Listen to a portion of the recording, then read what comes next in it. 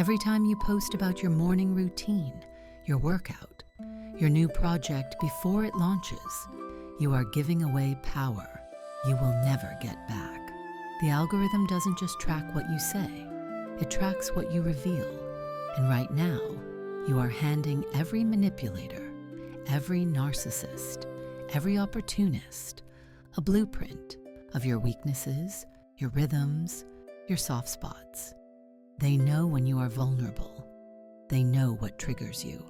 They know exactly how to destabilize you because you told them. You gave them the map.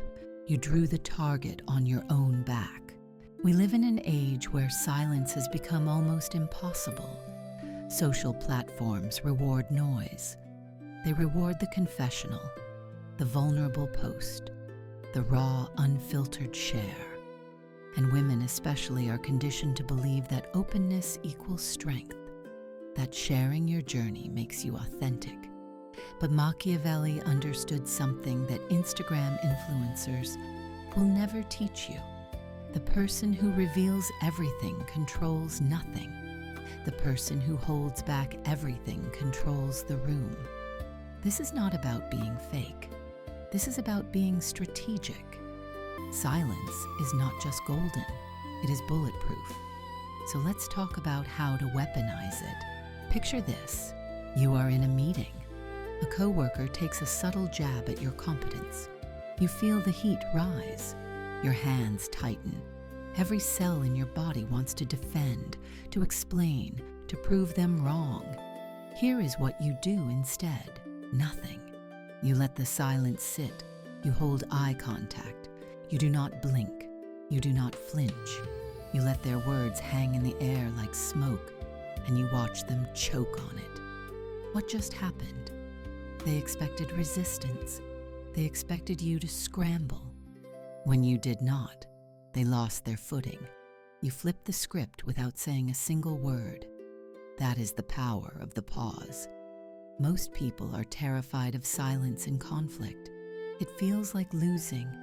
But silence is not passive. Silence is a mirror. It reflects the aggression back onto the attacker. They suddenly have to sit with the energy they just threw at you. And most people cannot handle that. Now apply this to your digital life. Every story you post, every update you share, every emotional confession you type out at midnight is a crack in your armor. You think you are being real. You think you are building connection. But what you are actually doing is training people how they may be able to hurt you. You are showing them your patterns. When you are weak, when you are hopeful, when you are distracted. The silence I am talking about is not about disappearing. It is about curation. It is about becoming unreadable. Close your eyes for a second. Imagine a version of you that nobody can predict. She does not announce her plans. She does not post her feelings. She does not explain her decisions. When she moves, people notice. When she speaks, people lean in, not because she is loud, because she is rare. She has become a question mark in a world full of exclamation points, and questions are more powerful than answers because they create tension, they create curiosity, they create respect. This version of you exists, but you have buried her under the need to be understood, to be validated, to be seen. Machiavelli wrote that it is better to be feared than loved if you cannot be both. Translate that into modern terms. It is better to be respected than liked if you cannot have both. And respect does not come from sharing your struggles in real time. It comes from showing up transformed. It comes from results that nobody saw you building. Here is the shift. Stop posting your goals. Stop sharing your process. Stop asking for feedback before you have something finished. Work in the dark. Train in private. Build where no one is watching. Let them wonder. Let them speculate. And when you finally reveal what you have been working on, let it be so undeniable that no explanation is needed. That is how you command attention. That is how you protect your energy. The socials are watching. It is learning your language, your tone, your triggers. Every time you vent online, you are feeding the machine data about what destabilizes you. Every time you overshare, you are teaching the algorithm exactly how to sell to you, manipulate you, predict you. The woman who stays silent is the woman who cannot be categorized. She cannot be targeted. She cannot be sold. She is a glitch in the system. And glitches are dangerous. Think about the people in your life who make you nervous, not because they are cruel, because they are unreadable. You do not know what they are thinking. You do not know their next move. That uncertainty creates a gravitational pull. You want to know. You want to figure them out. That is the energy you need to cultivate, not through coldness, through discretion. Let me be clear. This is not about being mysterious for the sake of aesthetics.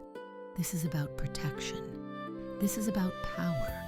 When you stop defending yourself, when you stop explaining yourself, when you stop performing your healing journey for an audience, you reclaim the one thing nobody can take from you, your internal reality. That space is yours. Guard it like a vault. So here is what happens when you go silent. People start projecting.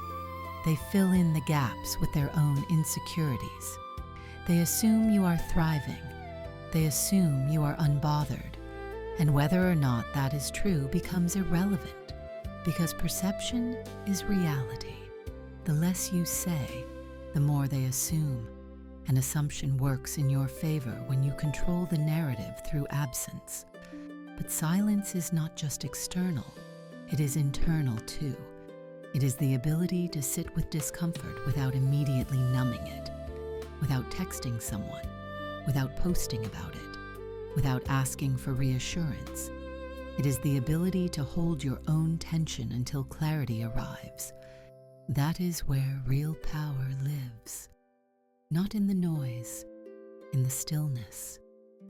We are going to go deeper. We are going to talk about what silence looks like in relationships, in conflict, in ambition. We are going to talk about how to use it as a scalpel, not a sledgehammer. The first place most people fail with silence is in their relationships. They think love means constant communication, constant updates, constant reassurance. It does not. That is anxiety pretending to be intimacy. Real love can hold space. It can hold silence. It can hold mystery. The mistake people make is thinking they need to be an open book to be loved. So they explain every feeling, every fear, every fleeting thought. And in doing so, they become exhausting. Not because their emotions are wrong, but because they have made their partner responsible for managing them. Silence in a relationship is not withholding. It is discernment. It is asking yourself before you speak, is this something that needs to be said, or is this something I need to process first? Most of the time, it is the latter. When you stop dumping every emotional fluctuation onto your partner, something shifts. You stop being a project. You start being a presence. And presence is magnetic in a way that neediness never will be. Close your eyes again. Picture yourself standing in front of a mirror. But this mirror does not reflect your face. It reflects your energy. What do you see? Are you frantic? Are you leaking? Are you reaching outward, grasping for validation? Or are you still, contained, a reservoir that is full but not overflowing? That is the energy of the silent woman. She is not empty. She is not cold. She is simply not spilling. Now imagine your partner standing beside you, looking into the same mirror. What do they see? Do they see someone who needs them to function? Or do they see someone who chooses them, but does not collapse without them? The second option is the one that keeps people awake at night, not because they fear losing you, because they know you could walk away and still be whole.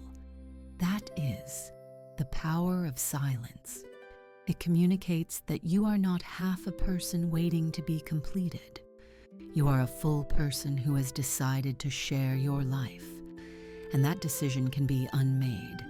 Machiavelli understood that power is not just about control, it is about the perception of options. When people believe you have options, they treat you differently. They value you more. They respect your boundaries. They stop testing you because they know the cost of losing you is real. Silence creates that perception. When you are not constantly available, people assume you are busy with something important. When you do not respond immediately, they assume you have priorities. When you do not explain your absence, they assume you do not owe them an explanation. And they are right, you do not. But most people have been trained to believe that silence is rude, that it is unkind, that it will hurt someone's feelings. So they over-explain. They apologize for needing space. They justify their boundaries as if boundaries require a defense. They do not. A boundary is not a negotiation. It is a statement. And the moment you start explaining it, you have weakened it.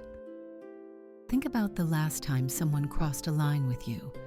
Did you firmly say no and walk away? Or did you say no and then spend 10 minutes explaining why? If you did the latter, you taught them that your no is actually a maybe. You taught them that if they push hard enough, if they make you feel guilty enough, you will fold. Stop teaching people that. Say no. Say nothing else. Let the silence do the work. Now let us talk about conflict. This is where silence becomes a weapon. Not a cruel weapon, a strategic one. When someone is trying to provoke you, they are handing you a script.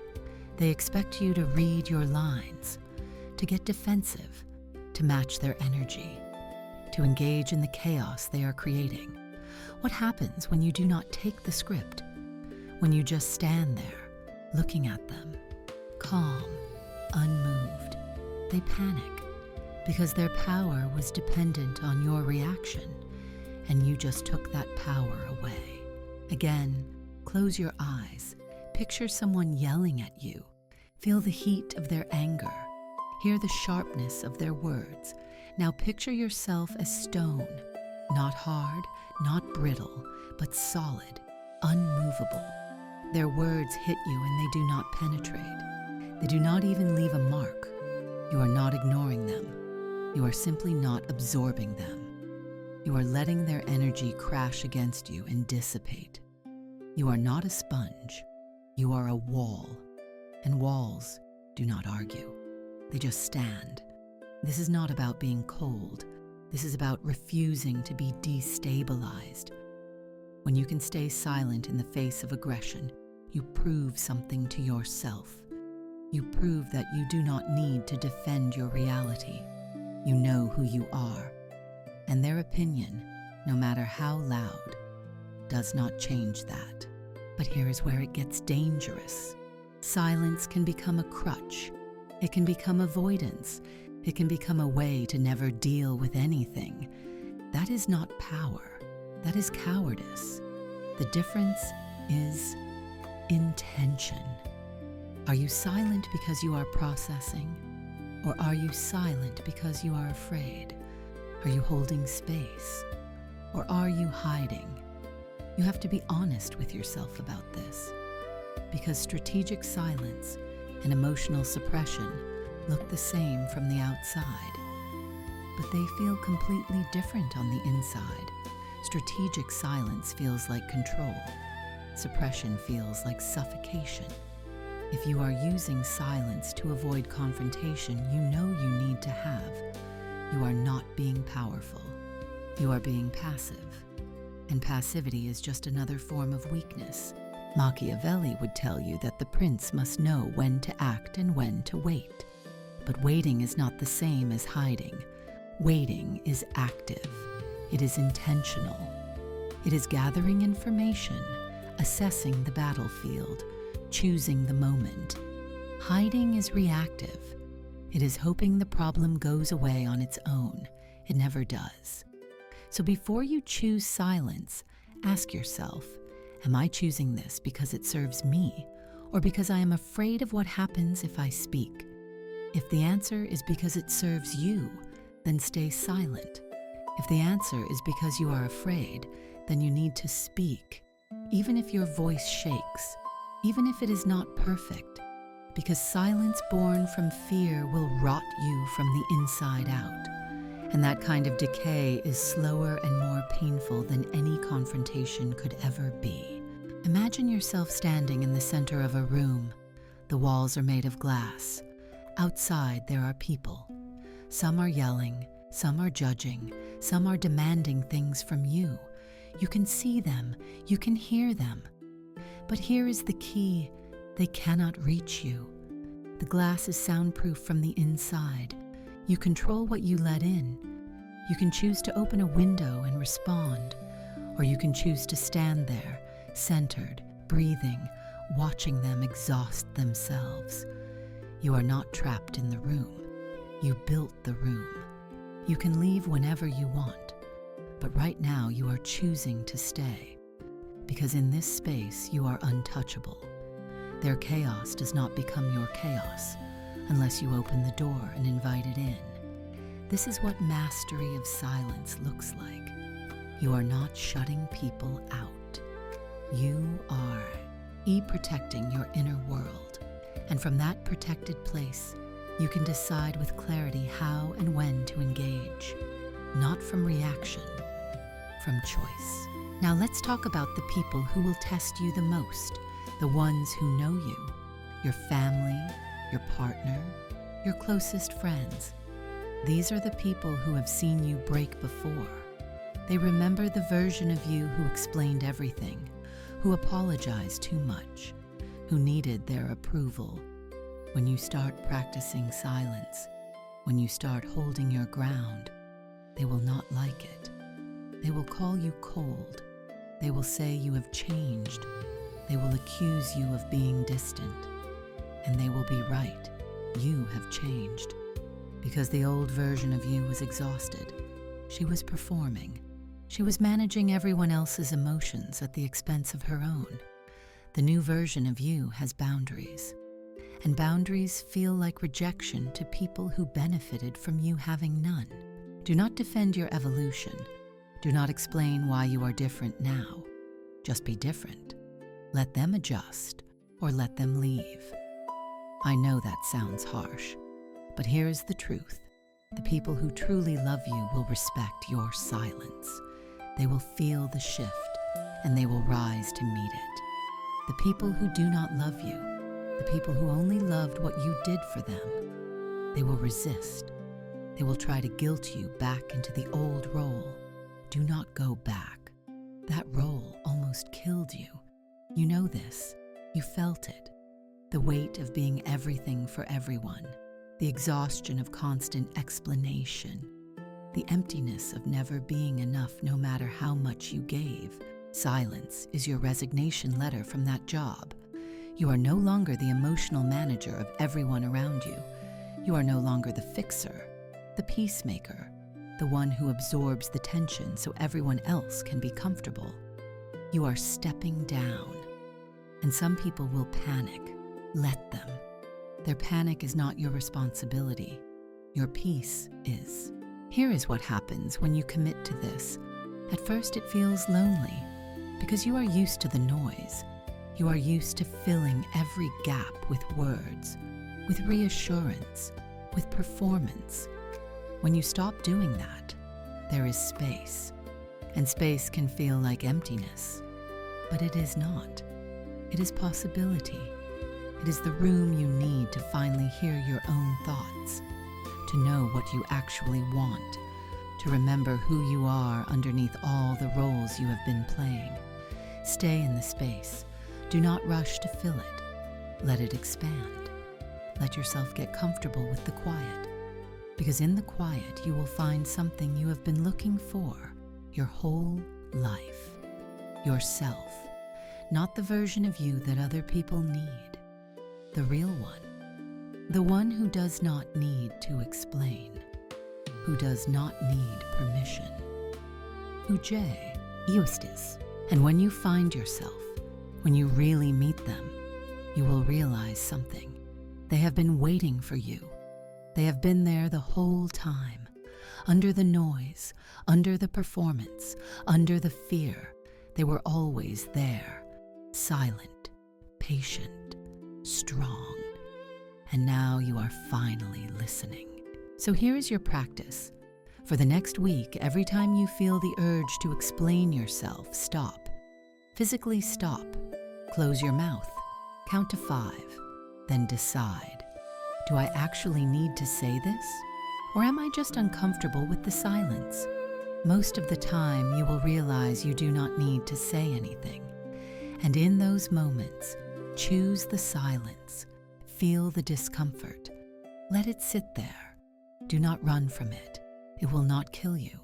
It will teach you. It will show you that you are stronger than you thought, that you do not need their understanding to survive, that your worth is not determined by how well you can explain yourself. This is the final lesson. Silence is not the absence of power. It is the presence of it. It is the refusal to dilute yourself for the comfort of others. It is the choice to protect your energy, your truth, your peace. Machiavelli knew that the most dangerous opponent is the one you cannot predict, the one who does not react the way you expect. Be that person. Be the woman who does not need to defend herself because she knows who she is. Be the woman who can sit in a room full of judgment and feel nothing but her own heartbeat. Be the woman who understands that silence is not weakness. It is sovereignty. And sovereignty does not explain itself. It simply exists, unshaken, unmoved, undeniable. Here is one more visualization before you go. Close your eyes. Picture yourself 5 years from now. She is standing in a room full of people who once had opinions about who you should be. They are still talking, still explaining, still performing. But you are not. You are standing there, quiet, composed, with a small knowing smile. Because while they were broadcasting their lives, you were building yours. While they were seeking validation, you were validating yourself. While they were explaining their worth, you were becoming it. That person is not a fantasy. They are a choice you make right now, in this moment. Every time you resist the urge to overshare, every time you hold your ground without justifying it, every time you let silence be your answer, you are becoming your ideal person. The algorithm will keep demanding your confession. The world will keep rewarding performance. Let it. You are no longer playing that game. You have found something more valuable than attention. You have found autonomy. You have found the kind of power that does not need an audience, the kind that exists whether anyone is watching or not. So stop explaining. Stop defending. Stop diluting yourself for people who would not recognize your full strength if it stood before them. They do not need to understand you. You just need to understand yourself. And in the silence, you finally will.